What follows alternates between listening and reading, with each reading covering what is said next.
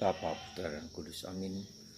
Puji syukur kami aturkan kepadamu ya Bapa atas rahmat karuniamu kepada kami, bahwa kami diselamatkan, dibebaskan karena pengorbanan Yesus Kristus sebagai pengantara kami, sebagai pembela kami di hadapan Tuhan. Semoga pengorbanan Kristus membuat kami juga bersedia berkorban bagi orang lain, orang yang kami cintai dan siapapun juga, demi Kristus Tuhan dan pengantara kami. Amin. Para saudaraku terkasih dalam Kristus, pada hari ini kita bersyukur bahwa Musa adalah pembela bangsa Israel. Ketika bangsa Israel memberontak, bahkan membuat patung lembu sebagai Allah mereka yang diambil dari emas yang dibawa oleh orang Israel, dan mereka sembah, mereka nyanyi, dan itu membuat murka Tuhan, sehingga Tuhan ingin membebaskan, melenyapkan bangsa Israel. Tapi tampillah Musa dan mohon kepada Tuhan untuk tidak menghabiskan bangsa Israel. Dan ini suatu yang membuat Tuhan melembut dan tidak menghancurkan bangsa Israel. Suatu lukisan, suatu gambaran bahwa Tuhan sudah semacam putus asa dalam tanda petik ya, akan kejahatan dan dosa manusia. Dan itulah yang membuat mereka dihukum, entah berbagai macam cara. Kita ingat peristiwa pengalaman dari Musa sendiri ketika bangsa Israel melawan orang-orang suku-suku pribumi. Maka ketika Musa mengangkat tangan, maka bangsa Israel menang. Tapi ketika tangannya melemah, maka bangsa Israel kalah. Apa yang terjadi kemudian? Tangan Musa dikasih batu supaya tetap menang. Dan itulah Kristus, itulah gereja yang mengorbankan sakramen Ekaristi supaya Kristus ya, tangannya terlentang terus bagi umat manusia.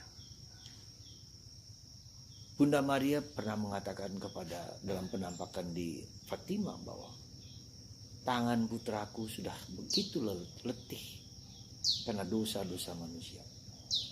Begitu besar dosa manusia. Dan itulah yang menyebabkan Bunda Maria mengatakan berdoa rosario sebagai silih atas dosa-dosa dunia. Saudaraku terkasih dalam Kristus, ini suatu yang harus kita sadari sungguh-sungguh bahwa hidup kita tergantung dari belas kasihan Tuhan. Semoga kita semua yang merasa dan mengalami bahwa betapa pentingnya doa kita, betapa pentingnya Ekaristi yang dirayakan demi keselamatan umat manusia. Bukan demi kita, demi keselamatan umat manusia. Kalau kita berdoa itu bukan hanya untuk saya, tapi untuk semua manusia. Ekaristi yang kita rayakan adalah korban di mana berkenan kepada Tuhan. Satu-satunya korban yang berkenan kepada Tuhan.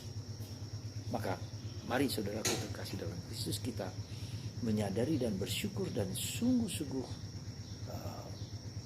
merayakan korban ini, Ekaristi ini setiap minggu, bahkan setiap hari, untuk keselamatan umat manusia, bukan keselamatan kita sendiri. Ya. Dan itulah yang mau diminta oleh Tuhan bagi kita, supaya kita tetap kuat, tetap teguh, dan menjadi pengantara kita dengan Allah Bapa. Semoga Tuhan melimpahkan rahmat dan berkat untuk kita semua, dan kita sehingga kita dapat dan mampu dan dimampukan untuk terus-menerus mencintai sesama dan mencintai Tuhan. Dan kita mau berkorban untuk berdoa rosario setiap hari. Ada gerakan di dalam YouTube oleh seorang yang luar biasa, Castello, yang mendoakan 4 peristiwa doa rosario setiap hari. Dan ini juga merupakan, kalau seandainya kita semua bergerak untuk berdoa untuk keselamatan dunia, bukan keselamatan kita sendiri, untuk keselamatan manusia, perdamaian dunia. Dengan doa rosario itu kita memberikan silih atas diri kita. Tuhan memberkati Anda, dan memberkati kita semua. Dan semoga kita yang hidup berdamai ini karena belas kasihan Tuhan, karena kerahiman Tuhan, karena kepengantaran kita, karena pembela Kristus yang membela kita, yang menyelamatkan kita dan menebus kita. Tuhan memberkati Anda semua. Semoga kita berani untuk mengorbankan hidup kita dan doa-doa kita bagi banyak orang. Tuhan berkati kita semua, Bapa, Putra, dan Roh Kudus. Amin.